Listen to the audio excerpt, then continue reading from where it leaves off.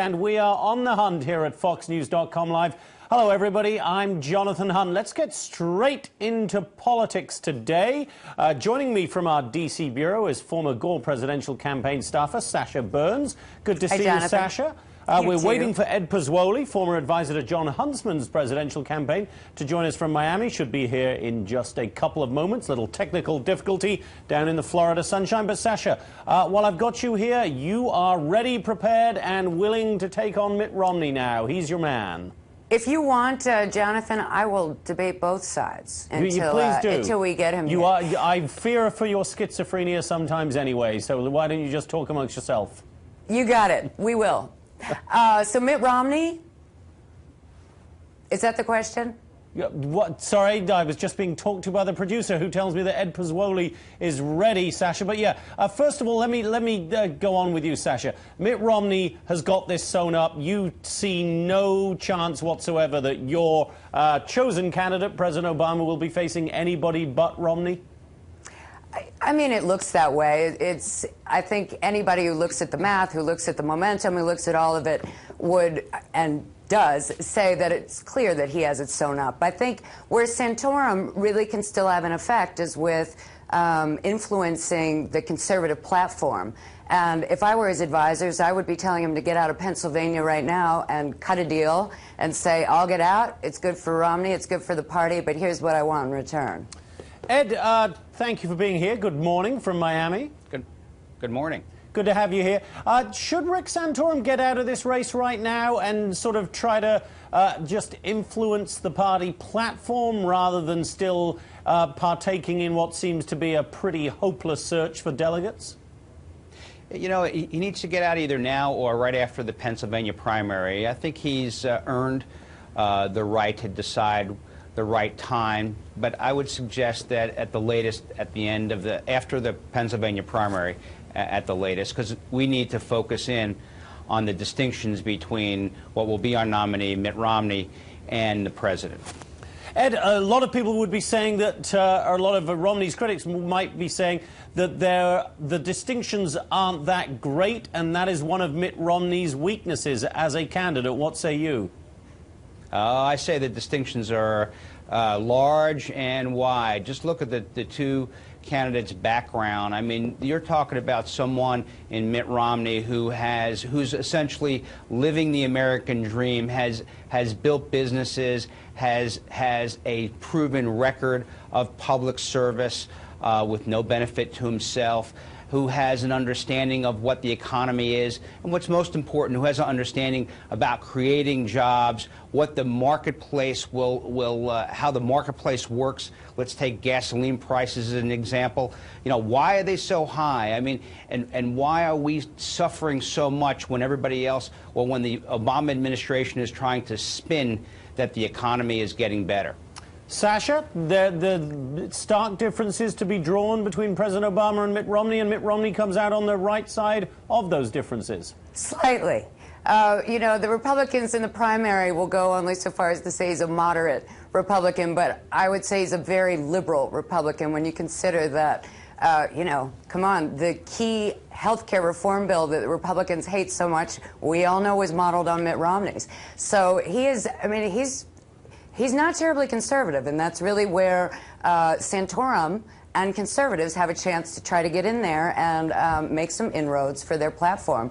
But, you know, in terms of what his abilities are, it's great that he's so successful. I mean, that is what we all aspire to. It's the American dream. But it didn't transfer into success as a governor. When he was governor of Massachusetts, as we've all heard, Massachusetts was in the lowest in terms of job creation. So, you know, the ability to create money for yourself in no way shows that he will be able to do that for the country. Sasha, one of our viewers here, all for jury, asking if you believe that the ads, the pro-Obama ads currently being run might turn off independent voters this early if they keep going all the way through June. I guess he's talking about just voter fatigue. Well, I think voter fatigue is an absolute. I mean, for those of us who live in, well, I live in D.C., so it's not a swing state, but I'm from a swing state, and you get so sick of those. But in terms of the content of them, no. I mean, what has been very clear in this primary is the longer it goes on, which is why Republicans want Santorum out, the worse that Romney does, especially with independents. And when you look at all the polls, President Obama is still beating Romney, and his numbers rise among independents, and especially among independent women voters, and that is key. So, Ed, what do you make of all the advertising, all the money going into this early on? I guess that's one of the keys for Mitt Romney as well, and one of the arguments, as some of our viewers are saying here, for Rick Santorum, who, in the words of Charles Reese, should pack his bags and hit the road. Laurie says he should get out, take on the role of the party uniter. He could be the hero here. If he were to do that, he also enables Mitt Romney to focus on fundraising, which is going to be critical, isn't it? Well, fundraising and message. I think there's, right now, the primary is essentially over, and Rick Santorum can play the role as party uniter. And I think that would be a very appropriate role. I think he's earned the role in uniting the party, and I hope he does that. On the other hand, this opportunity gives Mitt Romney a greater focus on defeating the president in November. Because at the end of the day, the primary is now essentially over. But Republicans are fully united in making sure that President Obama does not win a second term. Sasha, one of our viewers here, Sarah West, says she thinks that this general election is going to be a lot like Kerry versus Bush in 2004. Although I assume she's suggesting that Mitt Romney might be playing the John Kerry role here, one, taking on an incumbent president, and two, perhaps looking like a very wealthy guy, slightly out of touch with real America. Is that a fair comparison? Although Romney was doing something very sporty the other day that really surprised me. I don't think it was windsurfing, but it was he surfing? It was he something. Was surfing. He looked very yes, tough. He was right? surfing off of his $3 million home in La Jolla, California, or wherever. I think you should show more of that, though. I mean, I thought, wow, that's kind of cool. It's not something I would have thought. But in terms of the election, that's a really good point. I mean, what you have, as you did in that race, was the two sides that are very firmly entrenched. The Republicans are desperate to defeat President Obama, and the Democrats support President Obama and know that we don't want to turn back to Republican policies. But I would say that when you look at that, the key is that both sides, as then, get about 48% automatically, right? You have the Republican side, you have the Democrat. And what matters is the independents, the swing voters like we talk about, but then also women and Hispanics. And we've all seen these numbers that Obama is beating, and the Democrats in general, among women by 20%. I mean, that's huge. Huge 20%. With Hispanics, it's 3-to-1 for Democrats and President Obama. And those are the key places that take you from that 48% base to about 51 or 52 that you need to win. Ed, what about the, going back to what Sasha was saying about the surfing Mitt Romney, what about the sort of identification with the common man, as it were? Mitt Romney doesn't seem to have a whole lot of it. And I think there was a new sort of likability poll out today showing President Obama far ahead of Mitt Romney in the pure likability stakes. And that is an issue that matters, isn't it? It's an issue that matters, but let me go back to the comparison that you had with the Bush-Kerry race. The difference between 2004 and 2000 is that George Bush was able to turn out a lot more voters than he did in 2004 than he did in 2000.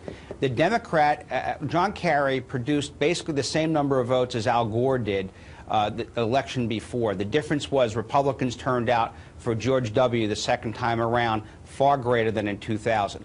In this case, in this race, what we're going to see is who is more motivated. And at the end of the day, I think Republicans will galvanize around electing Mitt Romney because they do not want a second term of President Obama. Now, with respect to the common touch, I think that, and women, I think that Mitt Romney has an ace to play, and that's Ann Romney. And Sasha, is Ann Romney a real ace to play here? Does she make that much of a difference? The women's vote is, there does seem to be a gap in that right now. Well, I mean, every time I see her, I think that, you know, Mitt Romney, there must be something, you know, some personality there, because she seems to have one. I think she's great, but I mean, you know, how much effect does it really have? Not that much. And to Ed's point, I think that is conventional wisdom about getting out the base for winning the election. I think that's true, but I think that is the key flaw of Mitt Romney. More than likability, it's that he's not conservative, that he has no core principles. I mean, he not only said he was pro-choice, he said he would advocate for abortion rights, that he would advocate for gay rights. He created the basis of the Obama health care reform. I mean, he's not only not solidly conservative, he will flip from one side all the way to the other. And I think you've got a real difficulty there in terms of turning out your evangelicals and hardcore Christian base, hardcore Republican base, because they don't trust him. He's a flip-flopper who can't be trusted, Ed. Well, Sasha Felsted, if you look at the primary results, I think Mitt Romney's done quite well with the evangelical voters and with women voters. The difference now is that we're now moving away from an intramural fight now to the real fight, and Mitt Romney is perfectly situated, in my view, to in a small pivot and attack what has been a Democratic machine to try to paint Republicans as anti-women. And so what we're going to see now is Mitt Romney will be able to go in and reach into, in my belief, independent, soft Republican and soft Democrat women, suburban women, and I think that's the key. The attack on the Catholic Church by the Obama administration and the restrictions of religious freedoms that the government's trying to impose, I think plays big time with many women who want their individual rights protected from an over-intrusive government, which frankly has been the Obama administration on many issues. All right, before I let you guys go... Except that hasn't happened. I mean, the opposite has happened. All right, I've got a two-word answer from both of you. Ed, who do you want to see as Mitt Romney's vice presidential running mate? Sasha, secondly, who do you fear as Mitt Romney's running mate? Ed, you first. Jeb Bush. Sasha? Fear no one. Both of those were two words, although yours, I believe no one is hyphenated, but we'll give you a pass on that, Sasha. Thank you. Appreciate it. Sasha Burns, former Al Gore presidential campaign staffer, and Ed Pozzuoli, former Huntsman advisor for John Huntsman's presidential campaign. Great to have you both here. Thank you very much indeed. You too. Thanks. Thanks, Ed. Thank you. Thank you. All right, I want to get to Catherine Herridge now, who has a fascinating story about a hacker. When you think of a high-level hacker, what do you normally think of? Some young dude in his mother's basement in a baseball cap, not a sweet swine pork rinds baseball cap. We'll get to that later. That's all to do with the lottery.